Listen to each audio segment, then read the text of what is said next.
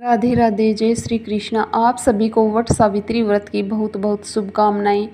वट सावित्री व्रत पति की दीर्घायु, अखंड सौभाग्य और सुखी वैवाहिक जीवन के लिए अत्यंत श्रेष्ठ माना जाता है। इस दिन सुहागिन महिलाएं बरगद के पेड़ की पूजा करके देवी सावित्री और सत्यवान की कहानी सुनती है।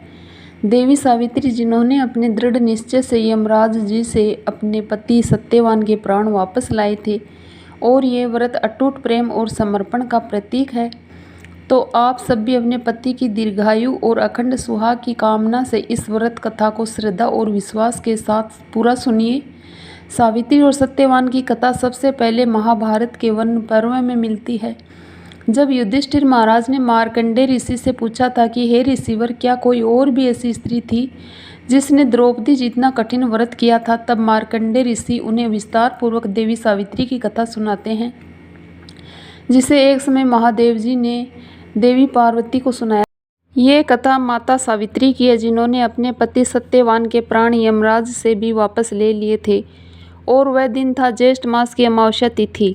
तभी से ज्येष्ठ मास की अमावस्या तिथि पर वट सावित्री का व्रत धारण किया जाता है और वट वृक्ष की पूजा आराधना की जाती है। पौराणिक मान्यताओं के अनुसार आज के दिन वट वृक्ष की पूजा करने से मनोवांछित फलों की प्राप्ति होती है, अखंड सौभाग्य, सुख, समृद्धि और संतान की प्राप्ति होती है। इसलिए इस व्रत को सौभाग्यशाली महिलाएं निर्जल रहकर धारण करती है और वट वृक्ष की पूजा करती है। वट सावित्री व्रत की पौराणिक कथा के अनुसार भद्र देश के एक राजा थे, जिनका नाम अश्वपति था। भद्र देश के राजा अश्वपति के कोई संतान नहीं थी। उन्होंने संतान की प्राप्ति के लिए मंत्रोच्चारण के साथ प्रतिदिन 1,00,000 आहुतियाँ दी। 18 वर्षों तक ये क्रम जारी रहा। इसके बाद सावित्री देवी ने प्रकट होकर वर दिया। सावित्री देवी ने कहा कि हे राजन, मैं तुझ पर अत्यंत प्रसन्न हूँ और तुझे एक तपस्वी कन्या होने का वरदान देती हूँ। सावित्री देवी की कृपा से कुछ समय के बाद एक कन्या संतति की प्राप्ति हुई, जिसका नाम सावित्री रखा गया। सावित्री देवी की कृपा से जन्म लेने के कारण ही कन्या का नाम सावित्री रखा गया। कन्या बड़ी होकर बेहद रूपवान हुई। योग्य वर न मिलने की वजह से सावित्री के पिता बहुत दुखी थे और उन्होंने कन्या को स्वयं ही वर तलाशने को भेजा। सावित्री तपोवन में भटकने लगी। वहाँ साल्व देश के राजा दुमतसेन रहते थे, क्योंकि उनका राज्य किसी ने छीन लिया था। उनके पुत्र सत्यवान को देखकर सावित्री ने पति के रूप में उनका वरण किया। ऋषिराज नारद को जब ये बात पता चली तो वह राजा अश्वपति के पास पहुँचे और कहा कि हे राजन, ये क्या कर रहे हैं आप। सत्यवान गुणवान है, धर्मात्मा है और बलवान भी है, पर उनकी आयु बहुत छोटी है। वह अल्पायु है और 1 वर्ष के बाद ही उनकी मृत्यु हो जाएगी। ऋषिराज नारद की बात सुनकर राजा अश्वपति घोर चिंता में डूब गए। सावित्री ने उनसे कारण पूछा तो राजा ने कहा, हे पुत्री, तुमने जिस राजकुमार को अपने वर के रूप में चुना है वह अल्पायु है।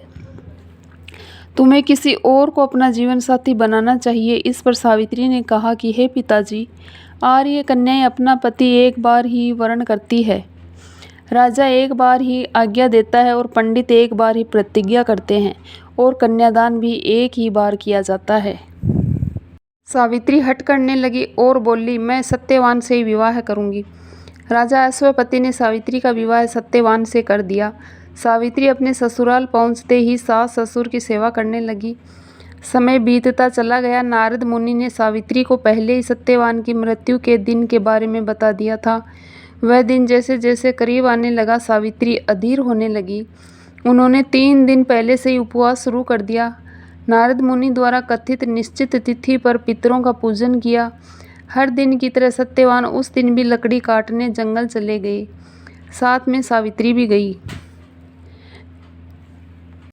जंगल में पहुंचकर सत्यवान लकड़ी काटने के लिए एक पेड़ पर चढ़ गए। तभी उनके सिर में तेज दर्द होने लगा। दर्द से व्याकुल होकर सत्यवान पेड़ से नीचे उतर गए। सावित्री अपना भविष्य समझ गई और सत्यवान के सिर को अपने गोद में रखकर सावित्री सत्यवान का सिर सहलाने लगी। तभी वहां यमराज आते दिखे। यमराज अपने साथ सत्यवान को ले जाने लगे। सावित्री भी उनके पीछे पीछे चल पड़ी। यमराज ने सावित्री को समझाने की कोशिश की कि यही विधि का विधान है, लेकिन सावित्री नहीं मानी। सावित्री की निष्ठा और पति परायणता को देखकर यमराज ने सावित्री से कहा कि हे देवी, तुम धन्य हो। तुम मुझसे कोई भी वरदान मांगो। सावित्री ने कहा कि मेरे सास ससुर वनवासी है और अंधे भी है, उन्हें आप दिव्य ज्योति प्रदान करें। यमराज ने कहा ऐसा ही होगा, जाओ अब लौट जाओ। लेकिन सावित्री अपने पति सत्यवान के पीछे चलती रही। यमराज ने कहा हे देवी तुम वापस जाओ। सावित्री ने कहा भगवान मुझे अपने पति देव के पीछे चलने में कोई परेशानी नहीं है, पति के पीछे चलना मेरा कर्तव्य है। ये सुनकर उन्होंने फिर से उसे एक और वर मांगने के लिए कहा। सावित्री बोली हमारे सास ससुर का राज्य छीन गया है, उसे पुनः वापस दिला दे। यमराज ने सावित्री को ये वरदान भी दे दिया और कहा अब तुम लौट जाओ। लेकिन सावित्री फिर पीछे पीछे ही चलती रही। यमराज ने सावित्री को तीसरा वरदान मांगने को कहा। इस पर सावित्री ने 100 संतानों और अखंड सौभाग्य का वरदान मांगा। यमराज ने इसका वरदान भी सावित्री को दे दिया। सावित्री ने यमराज से कहा कि हे प्रभु मैं तो एक पतिव्रता पत्नी हूँ और आपने मुझे पुत्रवती होने का आशीर्वाद दिया है। अगर आप मेरे पति को साथ लेकर जा रहे हैं तो मुझे 100 संतानें कैसे प्राप्त होगी और मुझे अखंड सौभाग्य की प्राप्ति कैसे होगी। ये सुनकर यमराज को सत्यवान के प्राण छोड़ने पड़े और यमराज अंतर्ध्यान हो गए और सावित्री उसी वट वृक्ष के पास आ गई जहाँ उसके पति का मृत शरीर पड़ा था। सत्यवान जीवंत हो गया और दोनों खुशी खुशी अपने राज्य की ओर चल पड़े। दोनों जब घर पहुँचे तो देखा कि माता पिता को दिव्य ज्योति प्राप्त हो गई है। इस प्रकार सावित्री सत्यवान चिरकाल तक राज्य का सुख भोगते रहे। अतः पतिव्रता सावित्री के अनुरूप ही पहले अपने सास ससुर का उचित पूजन करें, उसके बाद अन्य विधियों का प्रारंभ करें। वट सावित्री व्रत करने और इस कथा को सुनने से उपवासिक के वैवाहिक जीवन या जीवन साथी की आयु पर किसी भी प्रकार का कोई संकट आया हो तो वह भी टल जाता है।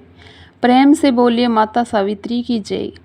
ज्येष्ठ मास की अमावस्या तिथि का प्रारंभ हो रहा है 16 मई 2026 को सुबह 5:11 पर और अमावस्या तिथि का समापन हो रहा है 17 मई को सुबह 1:30 पर।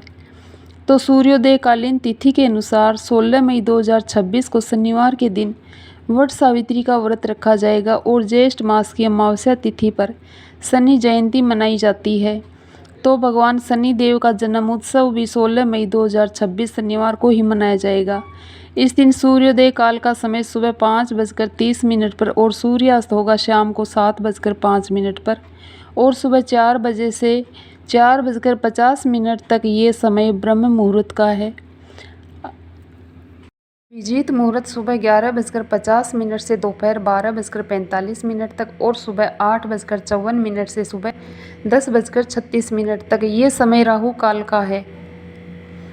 राहु काल में कोई भी शुभ कार्य प्रारंभ नहीं करते हैं, लेकिन अगर आप कोई भी कार्य पहले से कर रहे हैं तो उस कार्य को कर सकते हैं।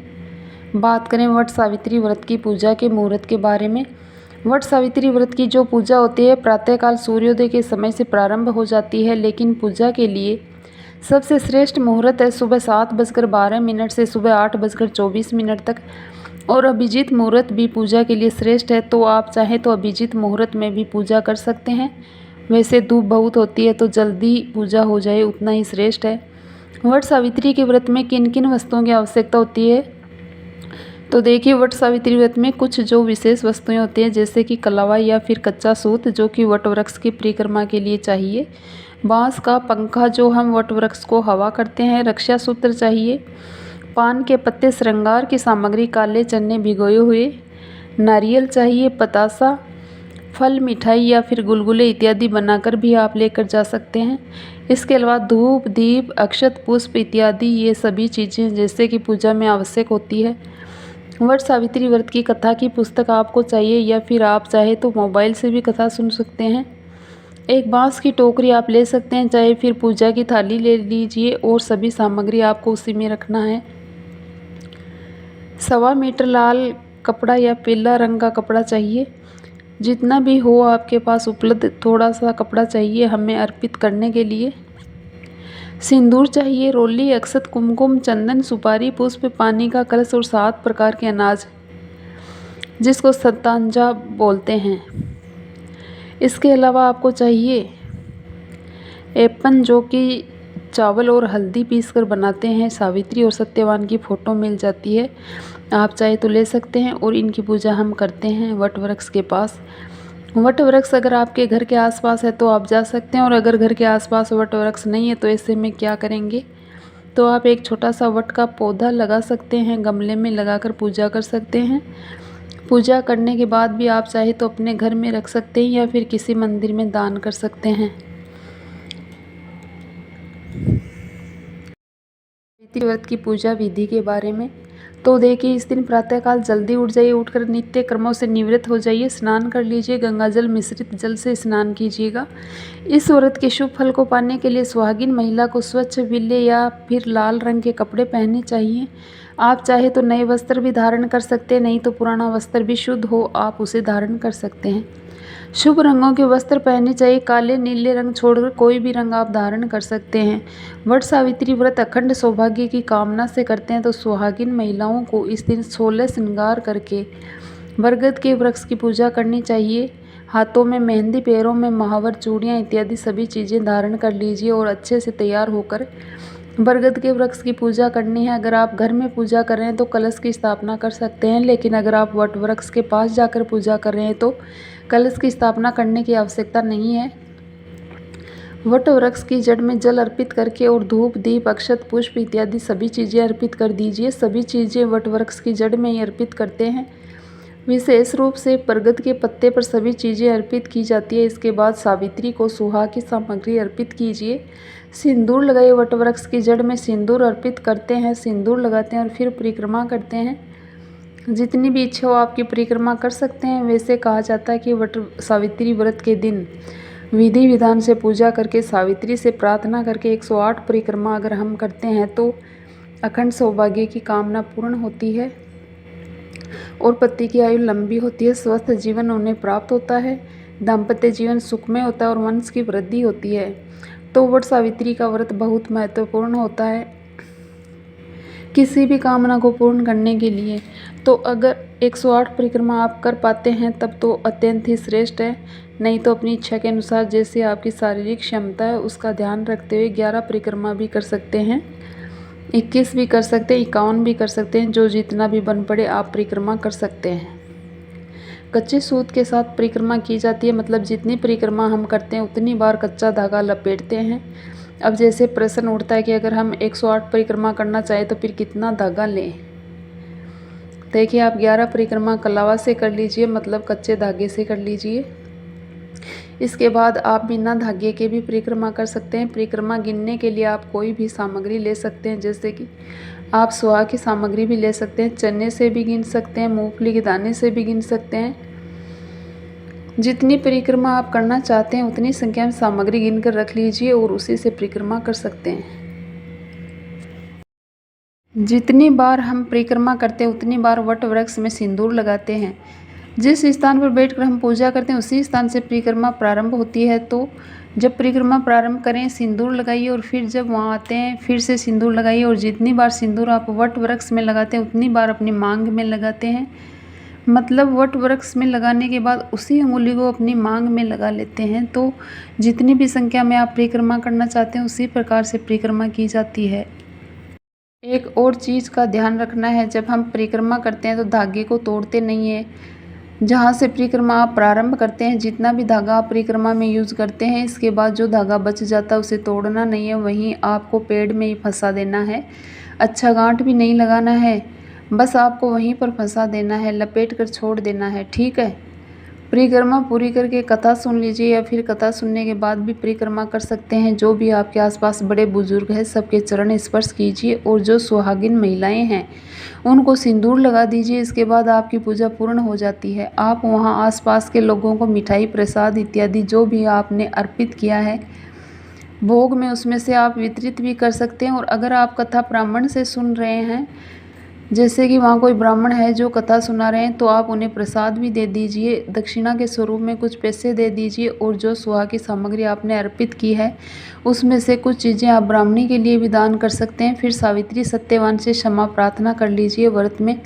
पूजा पाठ में भूल चूक के लिए अपने अखंड सौभाग्य के लिए प्रार्थना कर लीजिए। इसके बाद घर आकर पति के चरण स्पर्श कीजिए। घर में जो बड़े बुजुर्ग हैं उनके चरण स्पर्श कीजिए। बांस के पंखे से पति को हवा कीजिए। इसके बाद सबको प्रसाद का वितरण कीजिए और फिर स्वयं भी आप प्रसाद ग्रहण कर सकते हैं। अब जैसे कई स्थानों पर वट सावित्री का व्रत जब धारण करते हैं तो पूजा पूर्ण करने के बाद फल आहार कर लेते हैं और फिर शाम के समय मीठा भोजन करते हैं। और कई स्थानों पर ऐसा भी होता है कि पूजा पूर्ण करने के बाद ही भोजन कर लेते हैं। तो जैसा आपके यहाँ होता है वैसा आपके परिवार में होता है, आप उस प्रकार से कर सकते हैं। तो वट सावित्री व्रत से संबंधित ये थी आज की जानकारी। उम्मीद करती हूँ आपके लिए उपयोगी होगी। वीडियो अच्छी लगी हो तो लाइक कीजिए, संभव हो तो शेयर भी कीजिए और चैनल पर पहली बार आए तो सब्सक्राइब करके बेल आइकन को ज़रूर प्रेस कर लीजिए। जय श्री राधे।